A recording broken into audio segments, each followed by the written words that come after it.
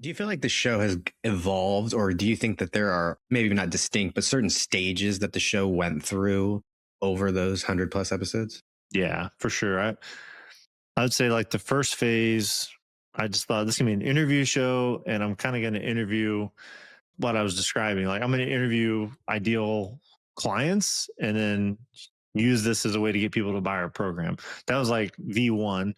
We never actually recorded any episodes that way. We kind of kicked things off with a client and a coach of mine named Cassie, and I had her interview me in the very first episode.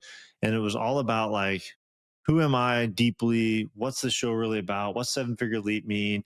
What's the meaning behind this? And I think that sort of changed the tone for me. Like after that first episode, I'm like, this could be a really freaking cool show. Like I don't want it to be transactional. And I'd say phase two is when I started interviewing people in my close circle. So it was easy to be like, hey, you want to come? You want to come? You want to come? Like I already had relationships with different people who I knew would want to do it. And that was good. It got my reps in and gave me a comfort level. I would say that Ryan Deiss story was an inflection point where I realized I can go outside my own circle and invite people externally who I probably wouldn't have access to otherwise. So I started to do a lot more of that. I would call that phase two. And then phase three, I would say, is when this I'd say phase three is actually when I started doing more solo content. So that's when it was like, you know what? I like the interviews. They're frankly easier for me, but I need to challenge myself and make at least like a third of our content solo thought leadership content versus just interviews. And I would say phase four, most recently, is when I added that coaching series. And then, right now I'm sort of in a new mindset of what's possible if we view this as the source of content that can be amplified in a lot of different channels. And I think the solo content in particular is important for that. So I think moving forward, it's going to be more like 50-50 solo content versus guest episodes, because I have so many more ideas for solo content now that I have a place that I intend to use it with different content distribution.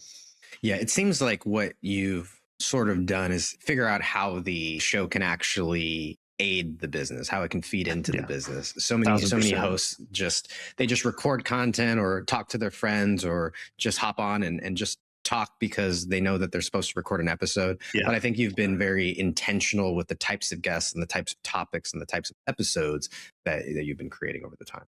Yeah, 100%. That was always the intent, but then I don't know, like the application of that has really changed over time. And I think it's just I've gotten more clear and I understand more how this side of the mic works, because again, I had a lot of experience as a guest, and most of those sort of follow the same flow, right? And it's like, and I think I started off with this podcast, that of my podcast, trying to replicate that, which is probably why the very first episode is actually me being interviewed by a guest host. Cause I'm like, well, I know how to be a guest. So let me first be a guest. But I think over time, as I've matured and I feel confident doing solo episodes, and I know how to like pace things and have a good hook and like just be a better content creator from a solo perspective, more and more of that has found its way into the show.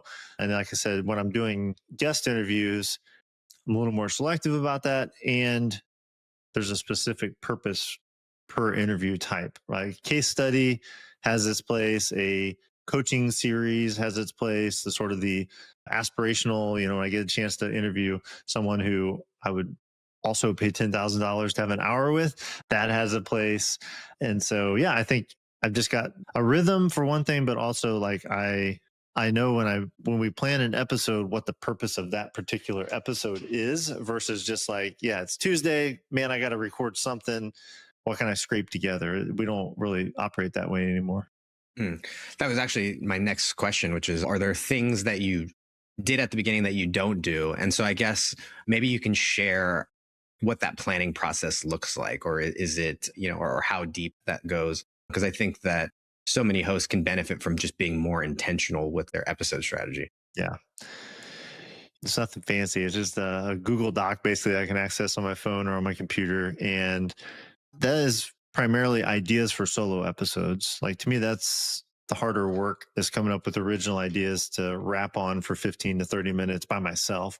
So that's that part of it. As far as other planning, the guest things, I sort of take them as they come. So there is no cadence to like, hey, every third one is a coaching series and every fourth one is an aspirational interview.